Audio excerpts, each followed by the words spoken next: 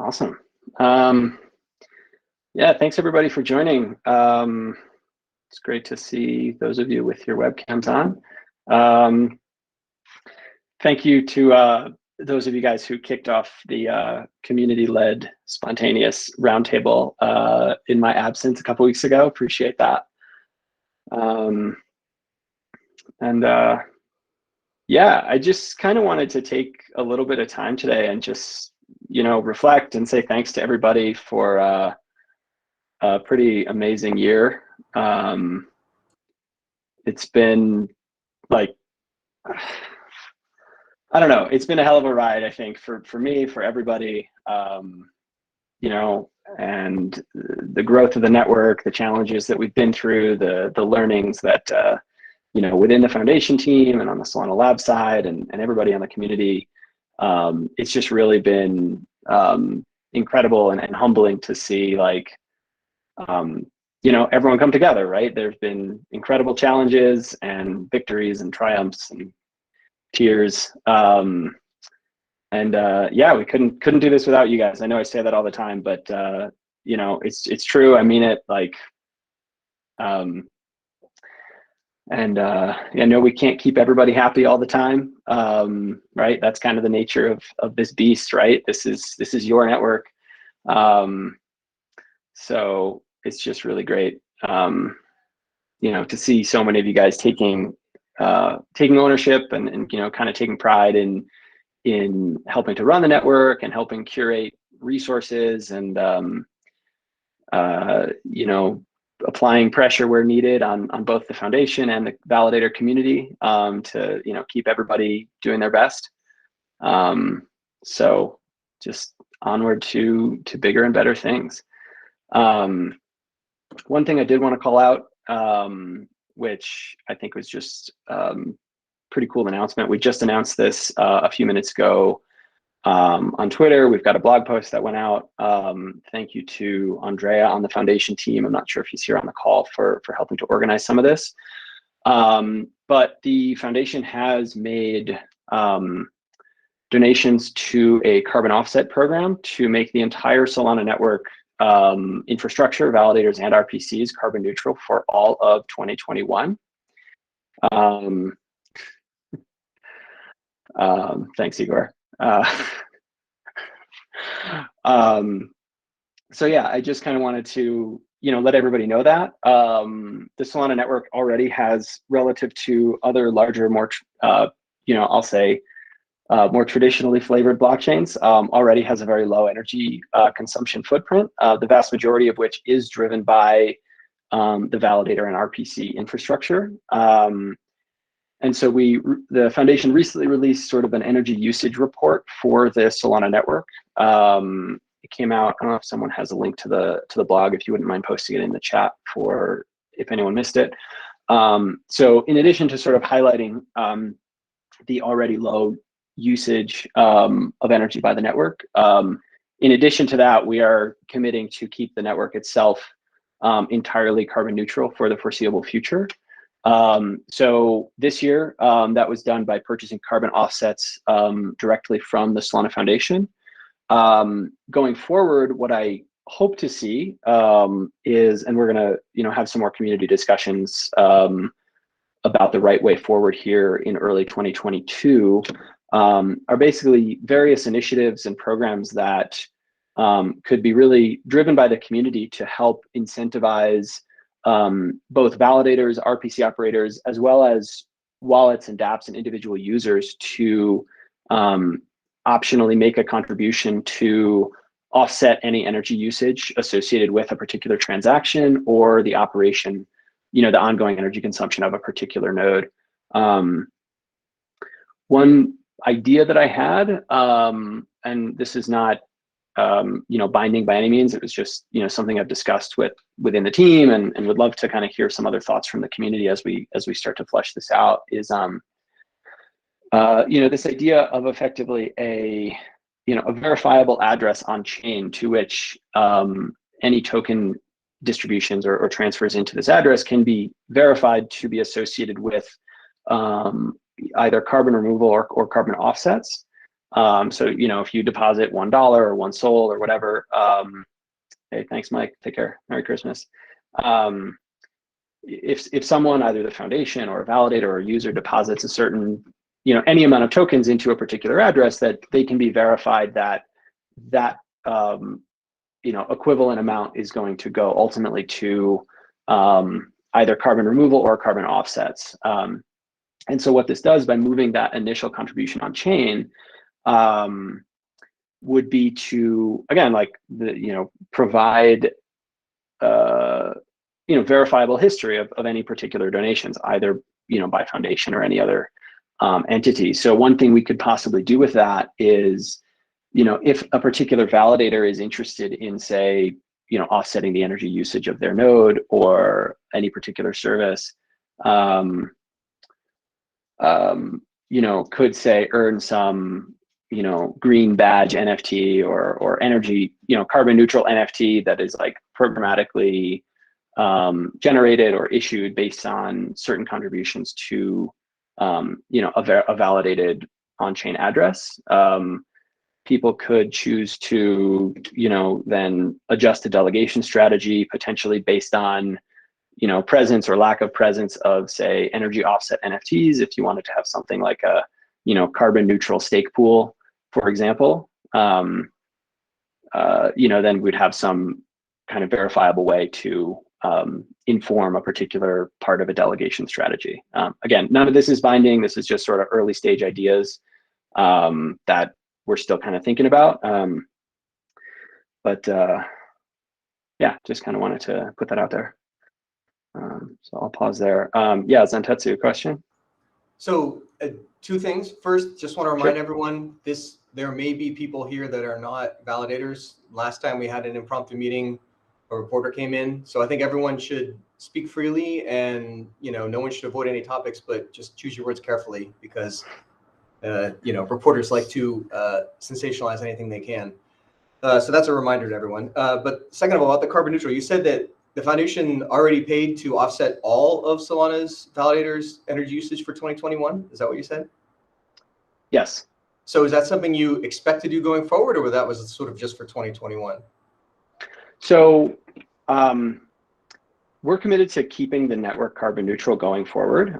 What I hope to see, sort of what I was just sort of brainstorming a little bit earlier, is like, what I'd like to see is carbon neutral initiatives that are a little more, say, driven by the community, or if there are incentives, either social, financial, or out of, altruistic, for node operators or RPC operators who want to offset their own, equivalent emissions. And again, like, it's different for every operator, and depending on what country you're in or where the energy comes from, right? It's a hard problem to solve. But what I would prefer not to see is to say, okay, well, the foundation is going to do this unilaterally, and we're just going to, continue to throw money at this problem year after year. That's certainly not my goal, right? I'd like to see some sort of movement in which the community is engaged and has their say and involvement in making and helping to make this happen. Yeah, because it's an interesting issue, because of course it's great. I mean, I think it's great you guys did this. It's wonderful. But of course, then if individual validators, that was going to be one of their sort of differentiators, then they no longer have that differentiator, because now it's kind of blanketed for everyone. So I don't know, there's a little bit of, give and take there. Right. Yeah, no, that's a fair point. That was sort of what I was maybe alluding to, this idea. And I think this is actually part of a broader sort of, technical addition that I hope to see in the Solana ecosystem soon, which is this sort of idea of effectively delegated NFTs, which I think some people have seen these as certificates, right? So say you complete an online course, or you complete some training, and the issuer, who runs the training, issues you an NFT that says, oh, here's proof that you completed such and such a verification or whatever. So for educational credentials, for example, this is an NFT that is, one, not transferable, but also not, directly purchasable by the by the recipient, right? It's issued to you or delegated to you by some third party. So one of the ideas, like, so if that piece of the stack comes together, and I think there might be a couple teams already working on this,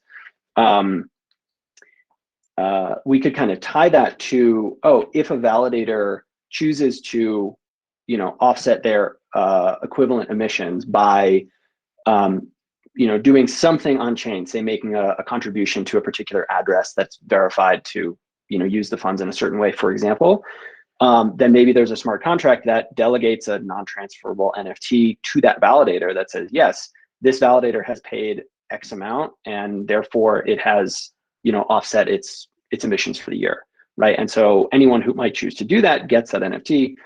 If the foundation, say, covers the difference, then the network remains carbon neutral, but those validators who chose not to participate may not get any, I'll say, social or stake delegation benefits associated with having kind of ponied up themselves.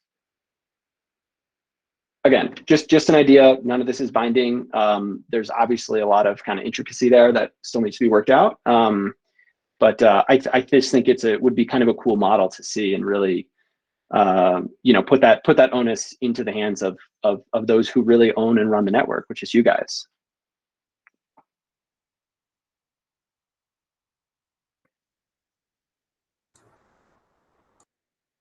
So another thing, I think it's a great idea to have that concept and use it in other ways. Like we've often talked about maybe some kind of fund that larger validators can contribute to that somehow helps offset voting fees for new entrants or small validators, because a lot of us recognize the inequity of voting fees that are mostly going to large validators and mostly paid by small validators. And maybe this could be another mechanism for something like that, is all I'm saying. It may have a myriad of uses to have some mechanism for setting up these kinds of funds that have, because if you do that if you make that donation, it's nice to get, then you can sort of like at least show that you did it because you have the NFT that demonstrates that it was done, unless you just want to be anonymous, which is even more altruistic. But anyway.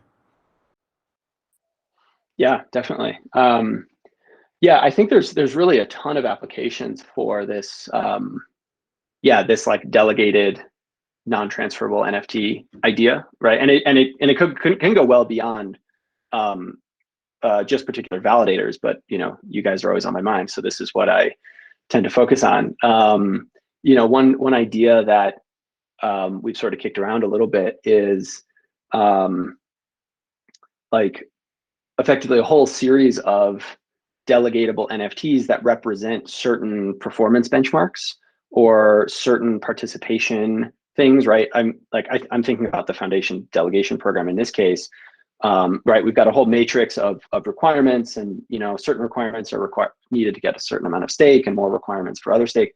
And if each of those requirements, say, was boiled down to either the issuance or removal of a particular NFT, right? Oh, you got the voting credit NFT, you got the data center decentralization NFT, or the low commission NFT, or whatever, that these might be, issued and removed by the foundation. And, and any other person, right, anyone can create an NFT and send it to you or delegate it to you. But I was sort of envisioning like, oh, instead of having to parse through certain metrics dashboards, if people or certain, the community understands the ways in which these NFTs are added or removed, could inform perhaps I'll say more intricate delegation strategies enacted by third parties or other stake pool operators. Say, oh, filter by everyone who has, XYZ NFT and not this one, and other on-chain metrics, for example. It just might be an interesting way to do some of this almost sort of like indirect analytics on chain to filter out, certain people or certain nodes based on really any arbitrary criteria. So I think it'll just kind of be interesting to see how this unfolds and how the community might choose to, apply this to securing the network.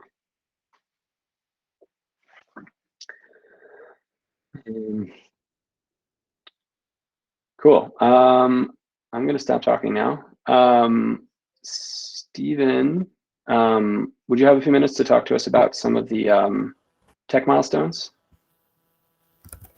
Sure. So we've got Stephen Ackridge here, who's one of the senior Solana Labs engineers. Yeah, I just wanted to give some updates on the stability fixes and things that we're looking at.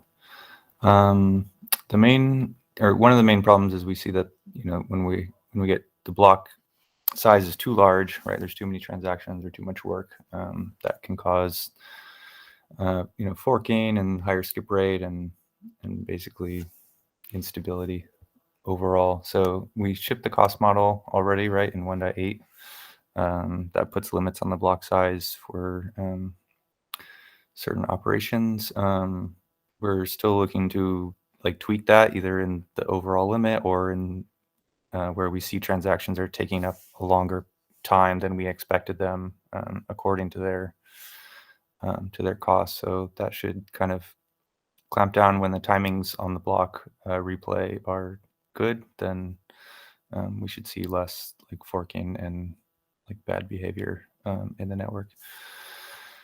And the rest of it is, so when we have these IDOs, right? So we're seeing essentially the problem is that transactions that we don't want on the chain are there instead of transactions that we do want. So basically giving validators a better way to control what transactions land in the block by way of stake weighted kind of quality of service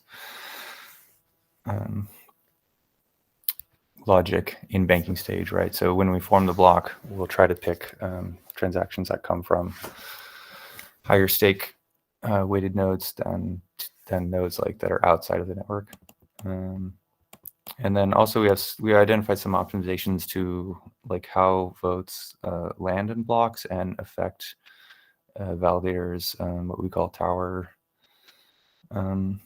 basically their vote account, how their vote account progresses. So we can, once a validator has been on a fork, we can possibly modify the block, the vote logic to return to what it identifies as the main fork and start rooting blocks faster, right? So we can't wait too long to root blocks or problems begin to happen.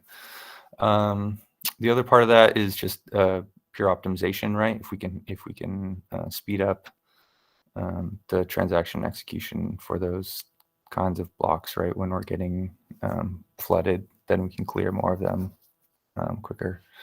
And then the other part of that is the economic side of it. So increasing fees for those transactions that are taking a really long time, and but also possibly means decreasing fees for transactions that are cheaper.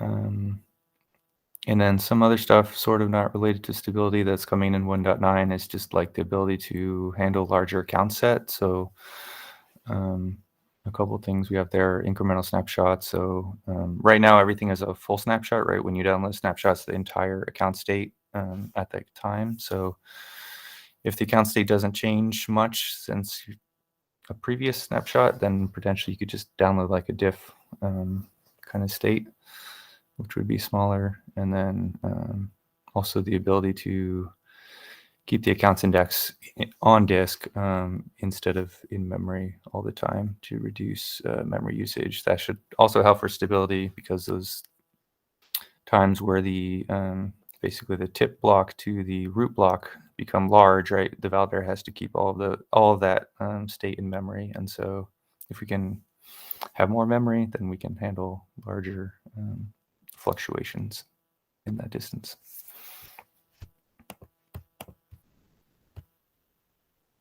Okay, that's it.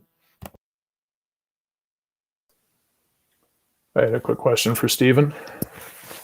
So you had mentioned transactions that we don't want. Were you referring, or were you thinking about bots, like the DeFi bots that are forwarding straight to TPU? Yeah, exactly. Okay. And so the idea is that that type of traffic is going to go through different channels, I guess. So they could set up their own RPC nodes and send through RPC, as in the more traditional manner. I also could see an issue there where these are big capital groups, right? They've got plenty of equity and capital. I could actually see them setting up some super nodes if you go down this path of stake weighted transactions. I could see FTX. I'm not going to pick on anybody. I retract that. But I could see some of the bigger firms setting up super nodes as validators just to get that stake lift. And I'm just curious to see if you guys thought about that. I think we thought about it. I'm not sure that necessarily. I mean, if you run a validator with a large stake, you kind of control that amount of block production anyway. So it's hard for us to really control what they do with it, essentially, at the end of the day, other than trying to convince people to be fair and balanced and equivalent to everyone, equal to everyone. So yeah. Okay. Yeah, I was just I'm curious to see how that plays out. But I certainly like the idea about keeping the bots off the TPU because they are pretty disruptive. I mean, essentially, the stake is like the ownership percentage of your network, right? So if you buy into the stake, then effectively it would be fair for you to control that percentage of block production, essentially. Is kind of a view of it. So yeah, interesting. Okay, great. Thanks for all the work you put into this. Thanks.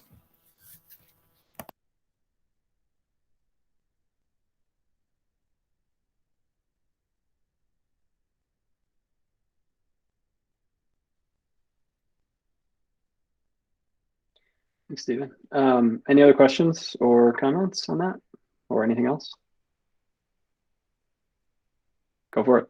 So do you think that the end game is that eventually we have some kind of almost like the Linux kernel scheduler for programs on the blockchain where, across blocks, a given program has a certain budget as it uses up, and other programs that, haven't gotten a chance get a higher priority or something like that? So that really heavily, accounts that are like programs. I'm talking about program accounts. Like when a program gets executed many times, then it kind of uses up its budget, and then it becomes deprioritized for a while, and other transactions can sort of take higher precedence. I mean, do you think? I mean, I understand probably in code that's probably a lot to keep track of, not knowing how many programs there are going to be and how much memory you'd have to dedicate to even keeping track of all this information. But is that something that you think could eventually happen?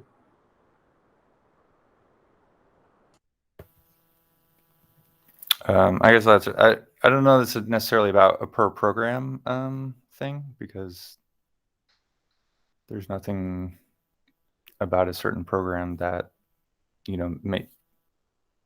is fundamental about choosing one versus another, I guess. So I mean, we do limit the single users, a single writable key pair, right? We have limits already today in the cost model that limits writes to a given account. So that limits what a certain payer would do. Of course, you can create as many pairs or keys as you want. So it kind of depends on but it does allow for more efficient execution, I guess, if you shard those key pairs. I just mean like looking 5 years down the road. I just wonder if we're going to look back and say, oh yeah, we ended up doing this. Or I should say, you ended up, creating a system that very much parallels all of the same considerations that are in kernel, like process scheduling and all those things that are kind of making their way in. Yeah, it's definitely a good comparison, I think.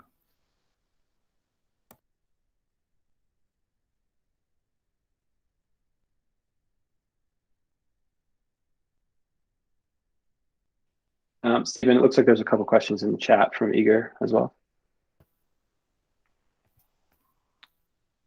Do you prioritize increase the transaction cost for a particular program? Potentially. I mean, as I said, doing things on the program level doesn't make sense to me necessarily, just because you can have many different users, right, calling into a same program, so that, and you don't really know what the value of a certain program is giving you at any one point, right? So like, it's more of a, I guess the cost of a program, and then you have to weigh that against the economic cost of executing it, right?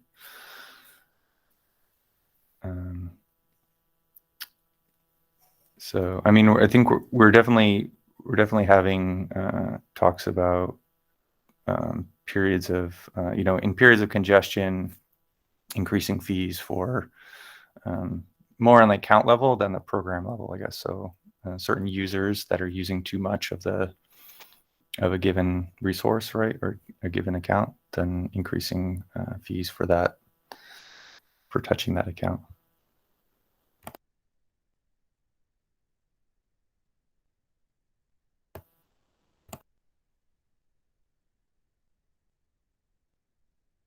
Sorry, can I ask one more question? So we all know about that 50,000 TPS sort of number that gets floated around. Do you feel that these changes are logically reducing what we should consider that number to be? Like, is it really true to say 50,000 TPS if, since that metric was last measured, the, algorithms have changed to a degree where, obviously it's a very complicated issue, because T is one letter, but it actually represents so much about, how different transactions can behave. But would you say that it's accurate to still say that 50,000 TPS is achievable? Well, yeah, I think you already said it. The T depends on the T, right? So there's 1,000x range, from the most expensive transaction to the least expensive. So was that T, original really T, like assumed to be the cheapest transaction then? Is I guess the question I'm asking. That's what the original benchmarks are for, yes.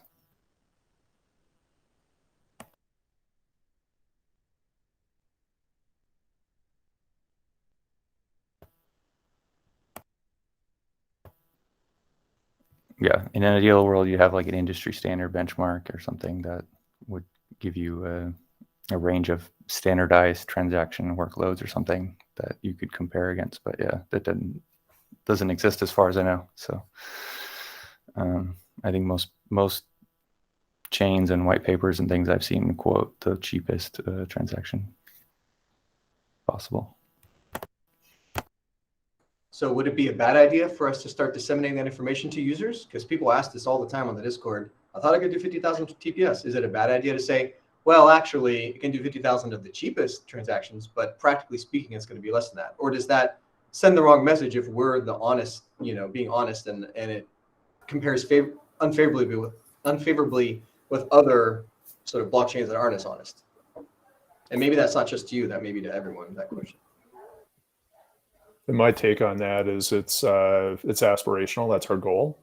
And we're still in beta. We're only running 10 threads when we're packing these blocks, right?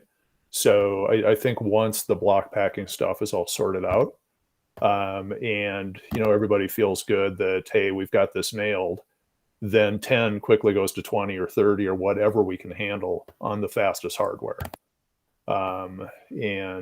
So that's how I've been talking to people about that, is that's where we're going, and it's a pathway and a journey to get there, but we're going to get there. This is working. So I didn't realize that validators self-limit in the number of threads they use in this way. So that's interesting information to me. Thank you for that. It's less than 10 actually. Oh, that's news. Thought it was 10. It's 10, 2 to 4.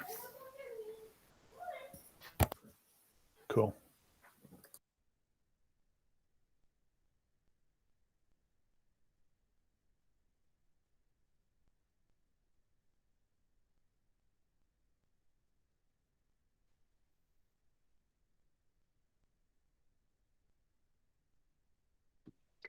Awesome. Well, thanks, guys.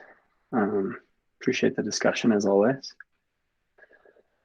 We're about at time, but you know, everyone's on Discord always, right? I apologize for the late notice on the meeting today. I apparently broke the scheduler bot. But I'm going to try to do a better job of making sure the announcements for the meetings go out earlier. But going forward, I mean, and historically, except for last time, every 2 weeks at this time, we'll be here. Meetings will be recorded going forward. So this will be the last one of the year. Sure, Igor. So yeah, thanks everybody. Thanks for knocking 2021 out of the park. Happy New Year. Happy New Year. Happy holidays, everybody. Happy holidays. See you next one. Thanks, Happy to everybody. be here. See y'all later. Happy holidays. Thanks so much, everybody. Bye, everyone. Happy holidays, guys. Bye-bye. Bye, guys. Bye.